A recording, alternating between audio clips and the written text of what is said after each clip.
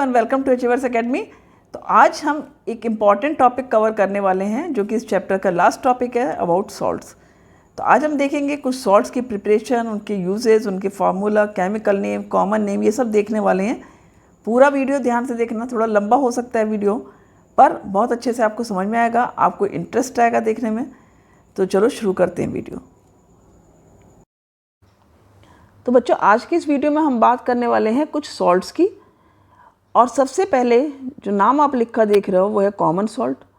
Common salt जिसको हम सभी अपने किचन में रखते हैं, जिसको हम हर प्रिपरेशन में यूज़ करते हैं, जिसका फार्मूला NaCl होता है और जिसका केमिकल नेम हम बात करें तो सोडियम क्लोराइड होता है। ठीक है, इससे तो आप सब भली भांति परिचित हो। तो ये सोडियम क्लोराइड और NaCl जो है, ये जैसे घर में हम प्रिपेयर करते हैं बहुत सारी चीज़ें, तो उसमें तो है ही एक रॉ मटेरियल, लेकिन उसके अलावा हम यदि केमिस्ट्री की बात करें तो ये बहुत सारे सॉल्ट्स का एक रॉ मटेरियल है। ठीक है, हम देखेंगे अभी आज के इस वीडियो में कि वो ऐसे कौन से सॉल्ट हैं जिसमें हम सोडियम क्लोराइड को as a raw material use कर रहे हैं। क्या यूज़ कर रहे हैं? As a raw material. Raw material से मतलब आप समझते होंगे, जब भी कोई चीज़ प्रिपेयर होती है तो उस प्रिपरेशन में जो जो चीज़ें इस्तेमाल होती हैं उनको हम रॉ मटेरियल कहते हैं। तो सोडियम क्लोराइड भी कुछ सॉल्ट्स हैं जिनके लिए ये एक रॉ मटेरियल की तरह से यूज़ होता है जिनमें, और उनमें से कुछ सॉल्ट्स आप पढ़ने वाले हो इस वीडियो के अंदर और आपकी बुक में हैं। ठीक है, वो क्या है सॉल्ट्स? देखो, पहला सॉल्ट यदि हम बात करें, आप पढ़ोगे, मैं यहाँ पर आपको सारे सॉल्ट्स के बारे में बता देती हूँ। एक है आपका सोडियम हाइड्रोक्साइड। ठीक है, ये पढ़ने वाले हो आप, सोडियम हाइड्रोक्साइड। सोडियम हाइड्रोक्साइड को यदि आप कॉमन नेम पूछा जाता है आपसे तो ध्यान रखना, इसको हम कॉस्टिक सोडा भी कहते हैं, कॉस्टिक सोडा। ठीक है, और इसका फार्मूला हम देखें तो क्या होता है? NaOH होता है। तो पहले हम पढ़ेंगे सोडियम हाइड्रोक्साइड। दूसरा सॉल्ट जो आप पढ़ने वाले हो वह है ब्लीचिंग पाउडर। ठीक है, ब्लीचिंग पाउडर। और इसका जो केमिकल नेम है, इसका केमिकल नेम होता है कैल्शियम ऑक्सीक्लोराइड। ठीक है, तो कैल्शियम ऑक्सीक्लोराइड इसका केमिकल नेम हुआ और इसका फार्मूला होता है CaOCl2। ये पढ़ोगे आप। तीसरा जो आप सॉल्ट पढ़ने वाले हो वो है बेकिंग सोडा। Baking soda. ठीक है, बेकिंग सोडा का जो केमिकल नेम है वो है सोडियम हाइड्रोजन कार्बोनेट। इसको सोडियम बाइकार्बोनेट के नाम से भी जाना जाता है। आप सोडियम बाइकार्बोनेट भी लिख सकते हो। इसको फार्मूला हुआ NaHCO3। And the last one is the washing soda. ठीक है, ये चार सॉल्ट आप पढ़ोगे जिनके प्रिपरेशन में सोडियम क्लोराइड आप देखोगे कि as a raw material use हुआ है। वॉशिंग सोडा जो होता है वो होता है आपका सोडियम कार्बोनेट, और इसका जो फार्मूला होता है वो होता है आपका Na2CO3।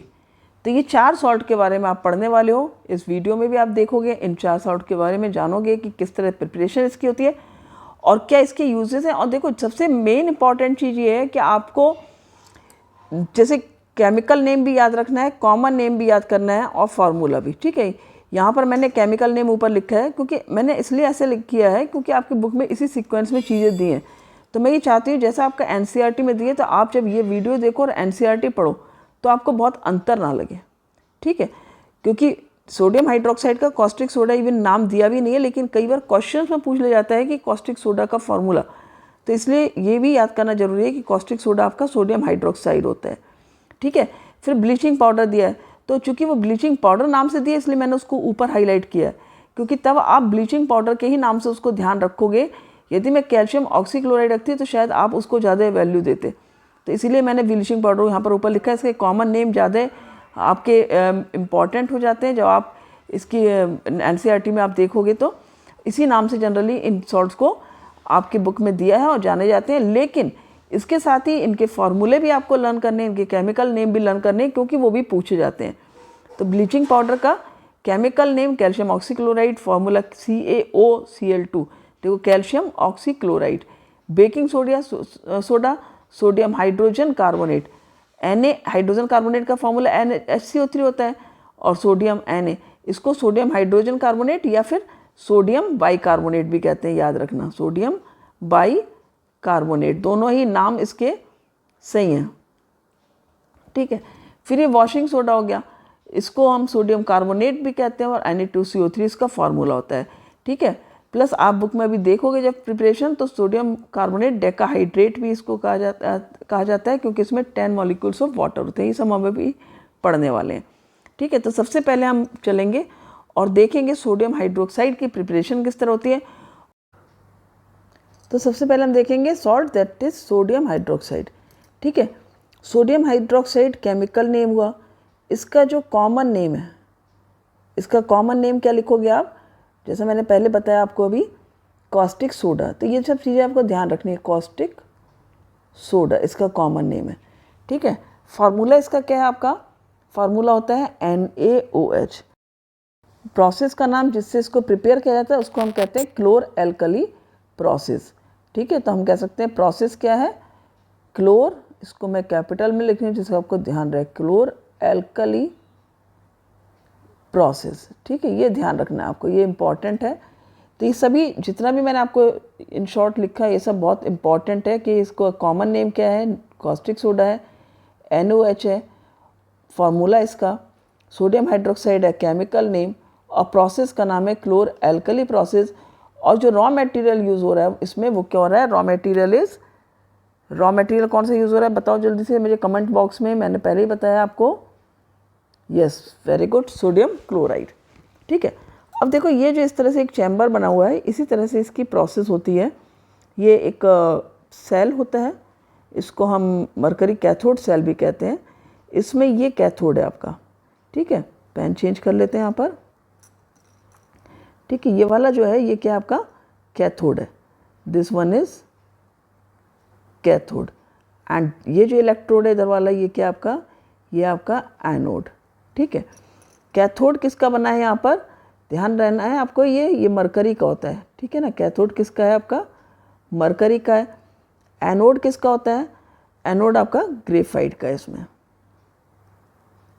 ठीक है। तो ये एक ऐसा सेल बना हुआ है जिसमें बीच में ये मेम्ब्रेन है और एक एनोड है, एक कैथोड है, कैथोड मरकरी का है, एनोड आपका ग्रेफाइट का है। यहाँ से ब्राइन सॉल्यूशन को भेजा जाता है। अब जितनी भी टर्म यहाँ पर यूज़ हो रही है ना इनको याद रखना, लाइक ब्राइन सॉल्यूशन। अब आप पूछोगे ब्राइन सॉल्यूशन क्या होता है, ठीक है।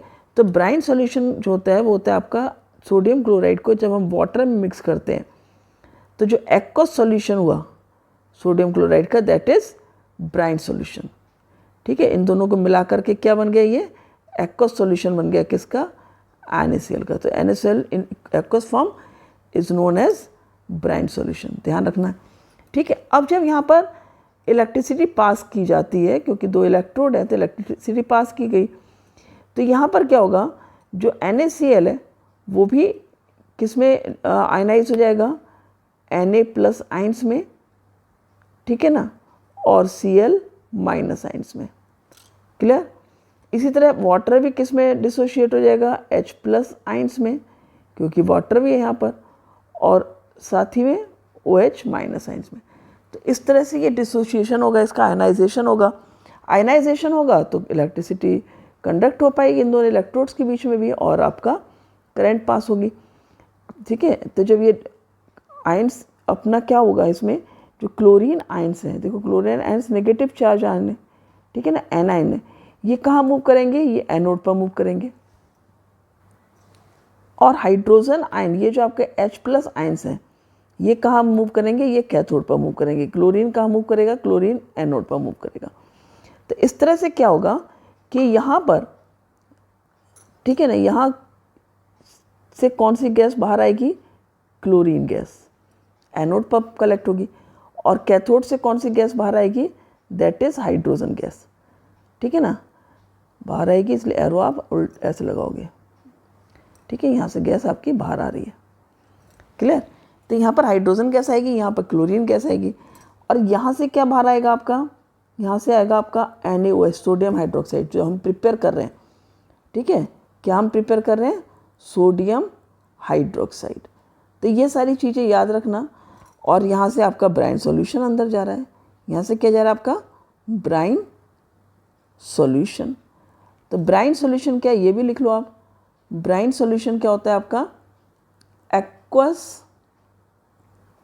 सॉल्यूशन ऑफ NaCl, ये कहलाता है आपका ब्राइन सॉल्यूशन। अब इस प्रोसेस की रिएक्शन क्या है और इसको क्लोर एल्कली प्रोसेस हमने क्यों कहा, ये देखने वाली बात है, इसको समझो ध्यान से। तो इसकी रिएक्शन लिख लेते हैं हम। देखो रिएक्शन में हमने देखा ब्राइन सॉल्यूशन हमने लिया है raw material, aqueous solution of NaCl, ठीक है ना। तो हमने NaCl लिखा है यहाँ पर, प्लस हमने क्या लिखेंगे हम यहाँ पर H2O, तभी तो एक्वस सॉल्यूशन बनेगा यहाँ पर।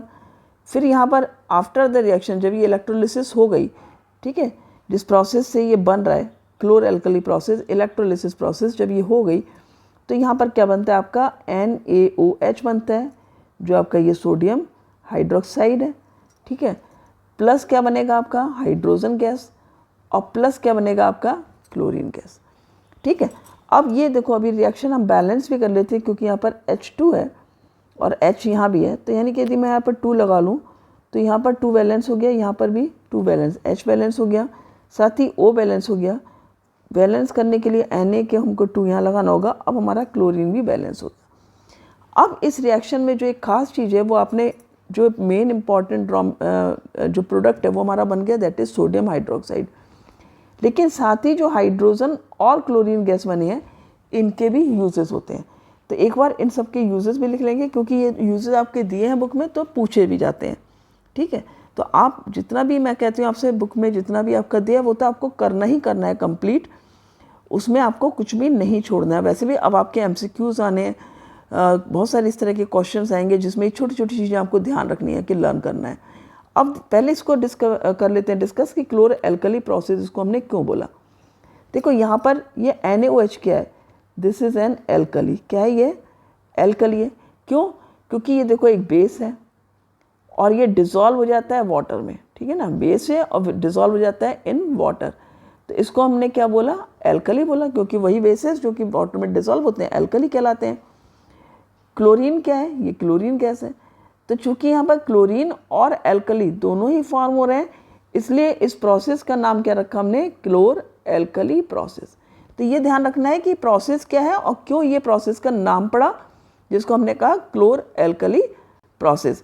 अब हम देखेंगे यूजेस ऑफ NaOH और साथ ही हम देख लेंगे हाइड्रोजन और क्लोरीन के भी क्या यूजेस हैं, क्योंकि इसमें जितने भी आपके प्रोडक्ट बने हैं जनरली होता ही है कि एक मेन प्रोडक्ट होता है, बाकी आपके वेस्ट होते हैं या बाय प्रोडक्ट होते हैं। तो यहाँ पर भी ये आपका प्रोडक्ट मेन है NaOH, जिसके लिए हमने प्रोसेस किया है। साथ ही हमें हाइड्रोजन और क्लोरीन मिली है जो कि बाय प्रोडक्ट हैं, बट इनके भी यूजेस हैं जिनको हम एक बार देखेंगे। तो इसकी प्रॉपर्टीज़ में हम लिखेंगे ये एक वाइट क्रिस्टलाइन सॉलिड है। पहला हमने क्या लिखा वाइट क्रिस्टलाइन सॉलिड होता है, ये फर्स्ट प्रॉपर्टी हो गई। नेक्स्ट क्या लिखोगे आप, ये एक स्टेबल कंपाउंड है। कैसा कंपाउंड है, ये एक स्टेबल कंपाउंड होता है, ठीक है। तीसरा क्या है, ये बिटर होता है टेस्ट में, क्योंकि ये बेस है तो बिटर है टेस्ट में, और सोपी होता है टच में, ठीक है ना। कैसा होता है, ये सोपी फील होता है या सोपी इन टच होता है, ठीक है।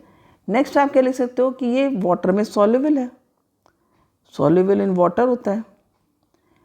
ये सारी आप प्रॉपर्टीज़ भी याद कर लेना, जिससे आपको इसके बारे में पूरी जानकारी रहेगी कि आपके पास कोई भी क्वेश्चन इससे रिलेटेड आता है आप कर सकते हो अच्छे से। फिर क्या है, ये एक स्ट्रॉन्गली या आप कह सकते हैं स्ट्रॉन्ग एल्कली है, ये स्ट्रॉन्गली एल्कलाइन है नेचर में, ठीक है ना। तो ये सारी हमने लिख ली इसकी प्रॉपर्टीज़। तो प्रॉपर्टीज़ में आपने क्या लिखा है, वाइट क्रिस्टलाइन सॉलिड है, स्टेबल कंपाउंड है, बिटर है, सोपी है टच में, सॉल्युबल है वाटर में, और स्ट्रॉन्गली एल्कलाइन है नेचर में। अब हम इसके यूजेस देखें, क्योंकि मैंने आपको पहले ही कहा था कि आपको यही मेन देखना है, formula, common name, chemical name plus uses. तो इसके यूजेस भी हम देख लेते हैं क्या क्या यूजेस है इसके, ठीक है। यूजेस में क्या है, सबसे पहला तो यूज़ आप याद रखना कि ये एक क्लींजिंग एजेंट है, ठीक है। तो ये आप क्या लिखोगे, क्लींजिंग एजेंट है। बहुत सारी चीज़ों में आप क्लीन करने के लिए इसको यूज़ करते हो, तो क्लींजिंग एजेंट है। प्लस ये यूज़ होता है in manufacturing of washing soda, ठीक है ना, मैन्युफैक्चरिंग ऑफ वॉशिंग सोडा भी यूज़ होता है ये, ठीक है। प्लस ये रीजेंट के रूप में यूज़ होता है, ठीक है ना। रीजेंट के रूप में कहाँ यूज़ होता है? तो ये यूज़ होता है as a reagent in laboratories, और साथ ही ये यूज़ होता है पेपर मेकिंग में, ठीक है। पेपर मेकिंग में भी यूज़ होता है इसका, और प्लस ये आर्टिफिशियल फाइबर्स बनाने के भी काम में आता है, आर्टिफिशियल फाइबर्स बनाने के काम में भी आता है। तो हमने क्या क्या यूजेस देखे? क्लींजिंग एजेंट के रूप में काम में लेते हैं हम इसको, वॉशिंग सोडा के मैन्युफैक्चरिंग में यूज़ होता है, लेबोरेटरीज़ में कई बार रीजेंट के रूप में यूज़ होता है, पेपर इंडस्ट्रीज़ में यूज़ होता है, प्लस फाइबर बनाने के काम में भी आता है, ठीक है। अब जो हाइड्रोजन गैस यहाँ से निकली है उसके हम यूजेस देख लेते हैं क्या क्या हैं। जैसे हाइड्रोजन कहाँ पर यूज़ होती है? आपकी फैट्स एंड ऑयल के हाइड्रोजनेशन में यूज़ होती है, रॉकेट फ्यूल में यूज़ होती है, प्लस फर्टिलाइज़र्स के मैन्युफैक्चरिंग में भी यूज़ होती है, ठीक है। तो ये सारे आपके यूजेस हो गए हाइड्रोजन के। तो क्लोरीन के यूजेस भी देख लेते हैं। क्लोरीन यूज़ होता है आपका, देखिए वाटर ट्रीटमेंट में, जो वाटर है उसको डिसइंफेक्टेंट करने का काम आता है, उसको क्लीन करने का काम में आती है क्लोरीन। प्लस पीवीसी में यूज़ होती है, सीएफसीज में यूज़ होता है, ठीक है। जो क्लोरोफ्लोरोकार्बन है उसमें भी क्लोरीन है आपके। पेस्टिसाइड्स में यूज़ होता है, डिसइंफेक्टेंट में यूज़ होता है। प्लस क्लोरीन जो स्विमिंग पूल्स होते हैं उनको भी क्लीन करने के काम में आती है। तो ये आपको यूजेस पता लग गए। जो 3 इसमें प्रोडक्ट बने हैं, एक बना है NaOH, यूजेस ऑफ NaOH हो गया ये, ठीक है। एक हो गया आपका uses of hydrogen, uses of chlorine. ये 3 प्रोडक्ट हैं, तीनों के आपको यूजेस आ गए। देख लेते हैं next salt, that is bleaching powder, ठीक है। ब्लीचिंग पाउडर ये आप देख सकते हो यहाँ पर। ब्लीचिंग पाउडर भी आपका बहुत चीज़ों में यूज़ होता है। इसके यूजेस हम देखेंगे अभी, उससे पहले हम देखते हैं इसका केमिकल नेम। इसका केमिकल नेम लिख लेते हैं, मैंने पहले ही बताया था आपको क्या है उसका। Yes, very good, calcium oxy chloride, good. अब इसका फार्मूला क्या होता है भाई? फार्मूला होता है CaOCl2, ठीक है। Ca for calcium, for oxy it is O and chloride Cl2। तो हमें ये तीनों चीज़ें तो लर्न करनी ही है, साथ में हमें करनी है लर्न प्रिपरेशन। तो ये प्रिपेयर कैसे होता है? क्योंकि इसकी जो क्लोरीन गैस का जो रिलीज़ हुआ था हमारा प्रोसेस में, जब हमने सोडियम हाइड्रोक्साइड की प्रिपरेशन की थी, किससे की थी? NaCl से। तो यहाँ इसीलिए हमने कहा ना कि कॉमन सॉल्ट जो है बहुत सारी चीज़ों के लिए रॉ मटेरियल है। तो यहाँ पर क्यों है? क्योंकि यहाँ पर क्लोरीन यूज़ हो रहा है, जो उस प्रोसेस में क्लोरीन गैस प्रोड्यूस हुई थी। और क्लोरीन का एक्शन, हम क्लोरीन गैस किस पर पास कर रहे हैं? हम क्लोरीन गैस को पास करेंगे कैल्शियम हाइड्रोक्साइड पर और स्लेट लाइम पर। देखो इसके दोनों नाम मैं ले रही हूँ, जो कॉमन नेम है प्लस जो केमिकल नेम है, आपको दोनों याद रखना है। तो फॉर्मेशन क्या है कि जब ये ड्राई स्लेट लाइम पर आप पास करते हो, ये हमने क्या लिखा है फॉर्मूला? स्लेट लाइम, ठीक है। स्लेट लाइम क्या है? अगेन कॉमन नेम है, ठीक है। केमिकल नेम क्या है इसका? कैल्शियम हाइड्रोक्साइड, ठीक है। तो उस पर हमने क्या किया?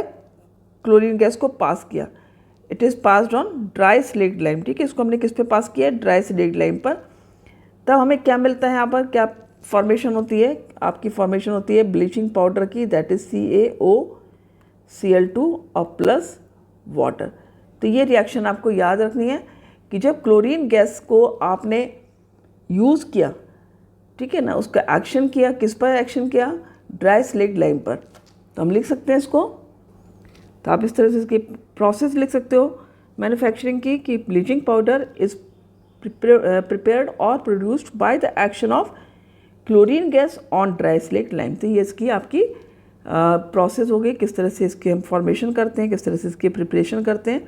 तो ये सब याद करना है। अब लिख लेते हैं इसके कुछ यूजेस भी आपको याद करने हैं। तो हम यूजेस क्या लिखेंगे? Like for bleaching cotton and linen in textile industry, for bleaching wood pulp in paper factories. तो वुड पल्प को ब्लीच करने के काम में आता है पेपर फैक्ट्रीज़ में, और टेक्सटाइल इंडस्ट्री में काम में आता है कॉटन और लिनन को ब्लीच करने के। तो इसमें होता क्या है कि जो भी जैसे डार्क कलर है या जो स्पॉट्स हैं उन सबको एकदम लाइट कर दिया जाता है, तो उस पर्पज़ के लिए काम में आता है।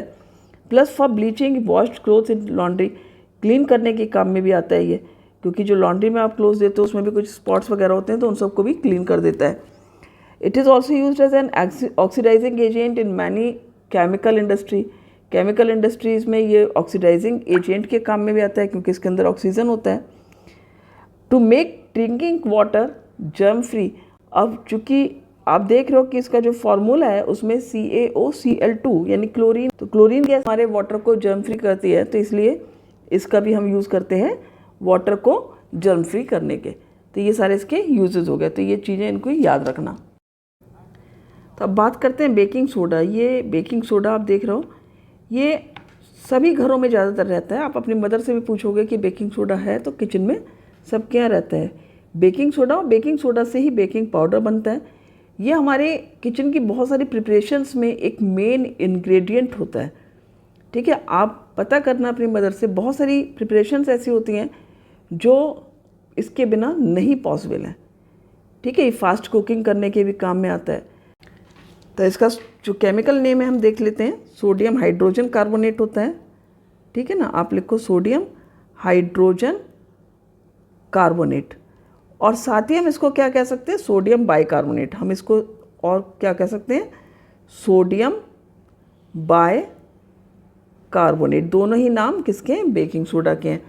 अब इसका केमिकल फार्मूला क्या होता है, केमिकल फार्मूला होता है इसका NaHCO3। तो ये याद रखना है आपको, इसका common name, chemical name and plus formula. अब हम इसकी प्रिपरेशन देखते हैं। इसकी प्रिपरेशन कैसे होती है, देखो इसमें भी जो रॉ मटेरियल आपका क्या है, वो NaCl है। ठीक है, तो NaCl और वो भी एक्वस सॉल्यूशन में ही, यानी कि ब्राइन हो गया आपका, right, plus carbon dioxide and plus ammonia. तो इन सब के जब साथ में रिएक्शन होती है तो क्या मिलता है हमको, बेकिंग सोडा और अमोनियम क्लोराइड NH4Cl मिलता है, प्लस मिलता है हमें NaHCO3 that is baking soda, और हम क्या कह सकते हैं इसको, सोडियम हाइड्रोजन कार्बोनेट। ठीक है, तो ये हमें मिल जाता है सोडियम हाइड्रोजन कार्बोनेट। तो इस रिएक्शन को याद रखना है, this is again important reaction of the preparation of baking soda. तो बेकिंग सोडा की प्रिपरेशन की रिएक्शन आपको मिल गई है, याद रखना है ये NaCl। अगेन इसमें देखो हमने कहा था कि हम वही सॉल्ट आज देखने वाले हैं जिनका इंग्रेडिएंट या जिनका रॉ मटेरियल NaCl है। तो यहाँ भी NaCl है आपका, दैट इज सोडियम क्लोराइड। ठीक है, और वाटर क्योंकि एक्वस सॉल्यूशन लिया है, ब्राइन सॉल्यूशन हो गया ये आपका, plus carbon dioxide and ammonia की रिएक्शन से बनता है आपका बेकिंग सोडा, और प्लस अमोनियम क्लोराइड बनता है। ठीक है, अब एक और रिएक्शन है इसमें, जब बेकिंग सोडा को हम हीट करते हैं तो ये बहुत इंपॉर्टेंट रिएक्शन है अगेन, NaHCO3। ये हो गया आपका बेकिंग सोडा, इसको हमने किया हीट, क्या किया, इसको हमने हीट किया, तब हमें जो मिलता है वो मिलता है sodium carbonate Na2CO3 plus water और कार्बन डाइऑक्साइड गैस प्रोड्यूस होती है। तो ये दोनों रिएक्शंस जो हैं बहुत ही इम्पॉर्टेंट हैं, ये भी और प्लस ये भी, दोनों बहुत इंपॉर्टेंट रिएक्शंस हैं। वैसे सारी रिएक्शंस इंपॉर्टेंट है जितनी आपने अभी तक की हैं। ठीक है, अब ये क्या है आपका sodium carbonate, this is sodium. ठीक है, तो दोनों रिएक्शन आप याद करोगे इसका कि सोडियम बाइकार्बोनेट को या बेकिंग सोडा को आपने हीट किया। देखो ये जो कार्बन डाइऑक्साइड गैस निकल रही है ना, इससे याद रखना कि जब भी हम इसको हीट करते हैं, जो प्रिपरेशंस करते हैं हम, तो हमारी जो प्रिपरेशंस होती हैं जनरली फ्लफ़ी स्पंजी होती हैं। क्यों, क्योंकि कार्बन डाइऑक्साइड यहाँ पर रिलीज़ होती है जब भी बेकिंग सोडा हीट किया जाता है। तो इससे आप इसको रिलेट करना, अभी आप इसके यूजेस में भी देखोगे। तो समझ में आ गई, पहली रिएक्शन ये है जो कि प्रिपरेशन की रिएक्शन है, दूसरी है। अब इसके यूजेस देख लेते हैं। और हाँ, ये समझ लो कि ये एक माइल्ड बेस है। कैसा बेस है ये एक माइल्ड बेस होता है, ये स्ट्रॉन्ग बेस नहीं है। और इसीलिए इसको जब एसिडिटी होती है उसमें भी यूज़ करते हैं। इसको यदि आप वाटर में मिलाओगे और इसको ले सकते हो आप ड्यूरिंग एसिडिटी। ठीक है, क्योंकि ये एसिडिटी को आपके कम करता है, राइट। तो यूजेस क्या क्या होते हैं इसके, जैसा कि हमने देखा ये एक माइल्ड बेस है। तो माइल्ड बेस होने की वजह से क्या होगा, ये जो एसिडिटी है उसमें रिलीफ देता है। ठीक है, तो ये एक इंग्रेडिएंट होता है एंटासिड्स का। जो एंटासिड्स टैबलेट्स होती हैं, ये एंटासिड्स लिक्विड फॉर्म में भी आता है, तो उसमें भी एक मेन इंग्रेडिएंट होता है। क्यों होता है, क्योंकि ये बेसिक है नेचर में। तो ये जो एक्सिस एसिड होता है आपके स्टमक में, उसको न्यूट्रलाइज करता है और आपको रिलीफ देता है। ठीक है, नेक्स्ट है सोडा फायर एक्सटिंग्विशर्स में भी यूज़ होता है। सोडा फायर एक्सटिंग्विशर में ये एक एसिड के साथ में यूज़ होता है। कुछ इसमें इस तरह से होते हैं कि जैसे 2 बॉटल्स होती हैं सोडा फायर एक्सटिंग्विशर में, एक में आपका बेकिंग सोडा का सोल्यूशन हो गया और एक में आपका एसिड। तो जब भी आप उसको उसका प्रेस करते हो तो क्या होता है, एसिड के साथ में ये मिक्स हो जाता है, बॉटल्स अंदर ब्रेक हो जाती हैं, एसिड्स के साथ में ये मिक्स कर जाता है, और जब मिक्स हो जाता है तो कार्बन डाइऑक्साइड रिलीज़ होती है। ठीक है, because of this carbon dioxide क्या होता है, जो सराउंड कर लेती है एयर को और ऑक्सीजन की सप्लाई को ब्रेक कर देती है, ब्रेक द ऑक्सीजन सप्लाई। ठीक है, तो इसलिए ये सोडियम फायर एक्सटिंग्विशर में भी यूज़ होता है, राइट। नेक्स्ट क्या है, फॉर मेकिंग बेकिंग पाउडर। तो यहाँ पर बेकिंग पाउडर जो बनाया जाता है, जो आप देख रहे हो ये बेकिंग पाउडर, ये भी आपके घरों में यूज़ होता है। तो बेकिंग पाउडर में टार्टरिक एसिड के साथ में यूज़ होता है, क्योंकि कई बार क्या होता है जब आप केक वगैरह में यूज़ करते हो तो बेकिंग सोडा अकेले बिटर कर देता है टेस्ट को, तो बेकिंग पाउडर यूज़ किया जाता है क्योंकि इसके अंदर टार्टरिक एसिड होता है बेकिंग सोडा के साथ में। तो ये सारे इसके यूजेस हो गए। और इस तरह के क्वेश्चंस बहुत आते हैं कि name the substance which makes your cakes fluffy, तो that is again sodium hydrogen carbonate baking soda. तो ये इस तरह से आपको याद रखना है, तो यूजेस याद रखना है, इसकी रिएक्शंस याद करनी है, प्लस इसके केमिकल नेम और कॉमन नेम प्लस फार्मूला, ये सब आपको लर्न करना है। तो नेक्स्ट सॉल्ट हम जो देख रहे हैं वो क्या है, आपका वॉशिंग सोडा है। ठीक है, वॉशिंग सोडा भी बहुत ही इम्पॉर्टेंट एक सॉल्ट है, और ये भी आपका, इसका भी जो मेन इंग्रेडिएंट है वो NaCl है। कैसे है, देखो हमने देखा था अभी लास्ट रिएक्शन में कि जो सोडियम बाइकार्बोनेट जब हीट किया गया तो हमें सोडियम कार्बोनेट मिला था। वॉशिंग सोडा को हम क्या कहते हैं, सोडियम कार्बोनेट। ठीक है ना, बट एक्चुअली ये सोडियम कार्बोनेट अकेला नहीं होता है, it is sodium carbonate decahydrate. ठीक है ना, अब ये सोडियम कार्बोनेट डेकाहाइड्रेट कैसे है, हमने जो रिएक्शन देखी थी अभी, यहाँ रिएक्शन फिर से लिख देती हूँ मैं आपकी, कि जो सोडियम बाइकार्बोनेट और बेकिंग सोडा को जब हमने हीट किया था तो क्या मिला था हमें, Na2CO3 plus H2O and plus CO2, यही फॉर्म हुआ था। ठीक है, जब इसको हमने हीट किया था तो इसको हीट करने में हमें क्या मिला था, ये मिला था हमें सोडियम कार्बोनेट। ठीक, तो इस सोडियम कार्बोनेट को, क्योंकि ये अभी जो है वो ड्राई फॉर्म में है, तो इसको जब हम रिक्रिस्टलाइन करते हैं, मीन्स इसमें वाटर ऐड करते हैं, तो इसमें कितने मॉलिक्यूल्स वाटर के ऐड होते हैं, Na2CO3 plus 10 molecules of water will be added here, और क्या बन गया आपका ये washing soda, Na2CO3 dot 10H2O। तो ये क्या आपका, it is sodium carbonate decahydrate, 10 है ना मॉलिक्यूल्स वाटर के, तो इट इज़ डेकाहाइड्रेट। और ये क्या हुआ आपका, this is what, washing soda. इसको आपने क्या बोला, वॉशिंग सोडा। तो वॉशिंग सोडा कैसे बनता है, ये किस प्रोसेस से बनता है, जब आपने बेकिंग सोडा को हीट किया था, ये क्या था आपका बेकिंग सोडा और सोडियम हाइड्रोजन कार्बोनेट, इसको हीट किया था, सोडियम कार्बोनेट बना था। इस सोडियम कार्बोनेट को जो हमने रिक्रिस्टलाइन किया तो हमें क्या मिलता है, वॉशिंग सोडा। अब क्या लिख सकते हैं यहाँ पर, रिक्रिस्टलाइजेशन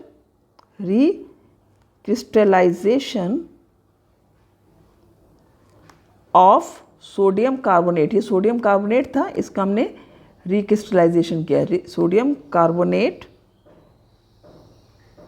गिव्स, क्या देता है हमें, washing soda, gives washing soda. तो इस तरह हमें वॉशिंग सोडा की प्रिपरेशन हो जाती है। तो इसके यूजेस क्या क्या होते हैं, वॉशिंग सोडा के यूजेस भी आपको अच्छे से लर्न करने सारे, क्योंकि आपके आते हैं। ठीक है, तो एक यूज़ आप लिखोगे, ये परमानेंट हार्डनेस को हटाता है। तो ये यूज़ किया जाता है परमानेंट हार्डनेस को रिमूव करने के काम में आता है। जैसे आपको पता है कई जगह पानी जो है बहुत हार्ड होता है, ठीक है ना, उसका स्वाद भी बड़ा अजीब सा होता है, खारा पानी होता है, तो उसको सॉफ्ट बनाता है वाटर को। ठीक है, यदि आप वॉशिंग सोडा उसमें ऐड किया जाता है। Secondly, glass soap paper industry में यूज़ होता है, ये इन सबको मैन्युफैक्चर करने के काम में आता है। प्लस लॉन्ड्रीज में एक इम्पॉर्टेंट एजेंट है, क्योंकि पता है वॉशिंग सोडा है तो क्लोथ्स वगैरह वॉश करने के काम में आता है, लॉन्ड्री का एक मेन इम्पॉर्टेंट एजेंट हुआ। प्लस ये कुछ सोडियम कंपाउंड जैसे बोरेक्स वगैरह इन सबको बनाने के भी काम में आता है। तो अभी तक आपने जितने भी कंपाउंड्स पढ़े हैं, इनका सॉल्ट्स पढ़े हैं, इनके आप नाम, जो कॉमन नेम है, केमिकल नेम है, फार्मूला है, सब लर्न करने हैं। अब हम पढ़ेंगे लास्ट सॉल्ट जो कि है प्लास्टर ऑफ पेरिस। ठीक है, प्लास्टर ऑफ पेरिस को हम POP भी कहते हैं। ठीक है, इसका हम फार्मूला देखें, पहले हम इसका केमिकल नेम देखते हैं। Plaster of Paris again common name है, केमिकल नेम इसका क्या है? Calcium sulphate, calcium sulphate hemihydrate. ठीक है, हेमीहाइड्रेट। इसका फार्मूला आप देखोगे क्या है? CaSO4.12H2O। ये है आपका कैल्शियम सल्फेट हेमीहाइड्रेट, जो कि प्लास्टर ऑफ पेरिस के नाम से जाना जाता है। ये इस तरह से कंटेनर में मिलता है, और प्लस इससे बहुत सारे डेकोरेटिव आइटम्स बनते हैं, जैसे मैंने थोड़ा सा ये आपको दिखाया है। इवन स्टैच्यूज़ आपने देखे होंगे, इसी से बनते हैं। प्लास्टर करने के काम में भी आता है, मेडिकल यूज़ भी इसका है। तो इस तरह से इसके बहुत सारे यूजेस होते हैं। अब इसकी प्रिपरेशन कैसे होती है, किस तरह से ये मैन्युफैक्चर किया जाता है? देखो क्या होता है कि जिप्सम, जो कि एक कॉमन मिनरल होता है, ठीक है, जिप्सम का फार्मूला होता है, लिख लेते हैं यहाँ पर, जिप्सम का फार्मूला होता है CaSO4.2H2O, और ये होता है आपका कैल्शियम सल्फेट डाइहाइड्रेट। क्या है ये? Calcium sulphate dihydrate. तो ये ध्यान रखना है, प्लास्टर ऑफ पेरिस है कैल्शियम सल्फेट हेमीहाइड्रेट, और जिप्सम है आपका कैल्शियम सल्फेट डाइहाइड्रेट। तो जब इस जिप्सम को हम हीट करते हैं, ठीक है ना, एट 373 केल्विन टेम्परेचर पर, तो होता क्या है? CaSO4.2H2O। इसको आपने सपोज हीट किया, ठीक है ना, हीट किया इसको कितने टेम्परेचर पर? 373 केल्विन टेम्परेचर पर। तो क्या होगा? प्लास्टर ऑफ पेरिस आपका फॉर्म हो जाएगा, that is calcium sulphate hemihydrate और प्लस 1.5 मॉलिक्यूल ऑफ वाटर आपका अलग हो जाएगा। तो इस तरह से इसकी प्रिपरेशन होती है प्लास्टर ऑफ पेरिस की। अब प्लास्टर ऑफ पेरिस को आपने देखा होगा हमेशा बहुत ही ध्यान से रखना होता है, एयर टाइट कंटेनर में रखना होता है, क्योंकि यदि इसमें मॉइस्चर आएगा ना तो ये फिर से जिप्सम बना लेगा, राइट। यदि प्लास्टर ऑफ पेरिस में आपने देखा ये जो सेट किया है, प्लास्टर कैसे सेट किया है? पानी में मिला करके। जो प्लास्टर ऑफ पेरिस है उसको, उसी को वाटर में मिला करके उससे भी प्लास्टर तैयार होता है। प्लास्टर ऑफ पेरिस को थोड़ा सा भी यदि मॉइस्चर पहुंचता है तो ये सेटल होने लगता है और जिप्सम में फॉर्म हो जाता है। इसीलिए इसको उससे ये इस तरह से मोल्डेड आप देख रहे हो, ये आइटम्स बन सकते हैं या फिर स्टैचूज़ बन सकते हैं, क्योंकि उसको जैसे शेप देंगे वैसे ही वो सेट होता जाता है। उसी तरह से प्लास्टर जो कि मेडिकल यूज़ हो गया इसका, उसमें भी काम आता है। प्लास्टर भी प्लास्टर ऑफ पेरिस से ही किया जाता है, ठीक है। इवन आपके जो सीलिंग जो होती हैं, ऊपर की रूम्स की सीलिंग्स होती हैं, जिसको आप रूफ छत बोल सकते हो, तो वो सीलिंग्स भी प्लास्टर ऑफ पेरिस से डेकोरेटिव बनाई जाती हैं, राइट। तो इसकी रिएक्शन आप कैसे लिख सकते हो? इसकी रिवर्स रिएक्शन क्या होगी? मैं पेन ले लेती हूँ दूसरा मैं। यदि आपने लिया CaSO4.12H2O, यानी आपका ये प्लास्टर ऑफ पेरिस है, ठीक है। तो प्लास्टर ऑफ पेरिस में यदि क्या हुआ, ये खुला रह गया और इसमें वाटर मिल गया, तो सपोज़ ये 1.5 मॉलिक्यूल ऑफ वाटर से रिएक्शन करके क्या कर लेगा? ये जिप्सम में कन्वर्ट हो जाएगा, CaSO4.2H2O। तो ये सेटल हो जाएगा एज जिप्सम,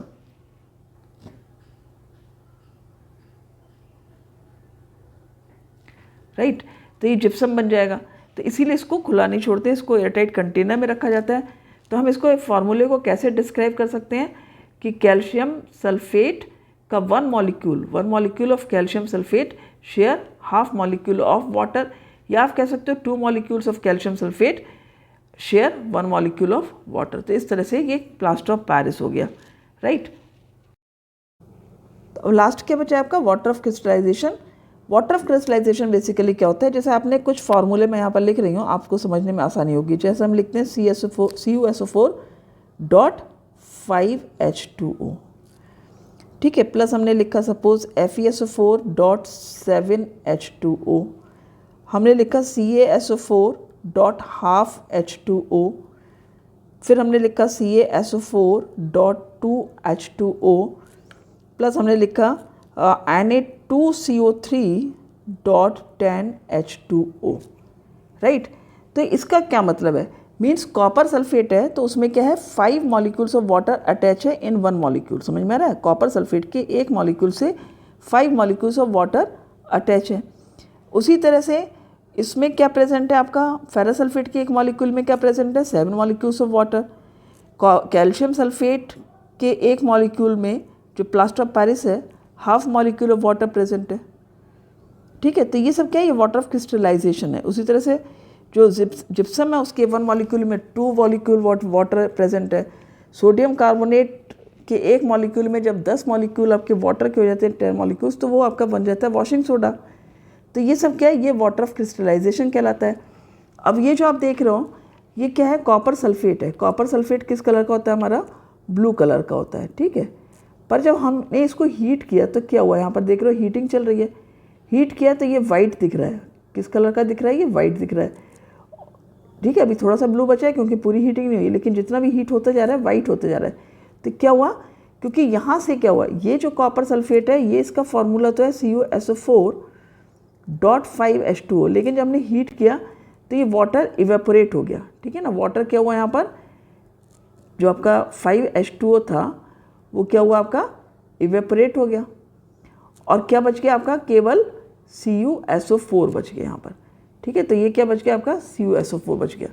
मीन्स जैसे इसमें आप फिर पानी डालोगे, यदि आप इसमें कुछ ड्रॉप्स वाटर की डालोगे तो ये फिर से ब्लू कलर को अडॉप्ट कर लेगा। समझ में आ गई बात। तो ये होता है आपका water of crystallization. It is a fixed number of water molecules. ठीक है, वाटर मॉलिक्यूल्स का fixed number present in 1 formula unit of a salt. किसी भी सॉल्ट के फार्मूला यूनिट में जब 1 फार्मूला यूनिट में कुछ वाटर मॉलिक्यूल्स का फिक्स्ड नंबर प्रेजेंट होता है, उसको हम क्या कहते हैं, वाटर ऑफ क्रिस्टलाइजेशन कहते हैं। समझ में आ रही है बात, क्लियर हुआ। ठीक है, तो ये हमने कहा कि कॉपर सल्फेट जो होता है ना, उसमें कितना होता है, 5 मॉलिक्यूल्स ऑफ वाटर हैं। ठीक है, यानी कि एक फार्मूला यूनिट जो है कॉपर सल्फेट की, उसमें 5 मॉलिक्यूल्स ऑफ वाटर प्रेजेंट है। इसी तरह एक फार्मूला यूनिट फेरस सल्फेट की में 7 मॉलिक्यूल्स ऑफ वाटर प्रेजेंट है, राइट। इसी तरह कैल्शियम सल्फेट जो प्लास्टर ऑफ पेरिस है उसमें half molecule of water present है। यहाँ पर जिप्सम में 2 मॉलिक्यूल्स ऑफ वाटर प्रेजेंट है इन 1 मॉलिक्यूल ऑफ कैल्शियम सल्फेट, और सोडियम कार्बोनेट में 10 मॉलिक्यूल्स ऑफ वाटर। तो इस तरह से आप इसको समझ सकते हो, लर्न कर सकते हो। ठीक है, तो आई होप आपको ये चैप्टर बहुत अच्छे से समझ में आ गया होगा, और इस पर फिर क्वेश्चंस करेंगे हम लोग, और जितने भी आपके MCQ फॉर्म्स हैं या फिर प्रीवियस क्वेश्चन, सब चीज़ें आपको मिलेंगी इसमें, प्लस NCERT क्वेश्चंस। समझिए, have a great day, thank you.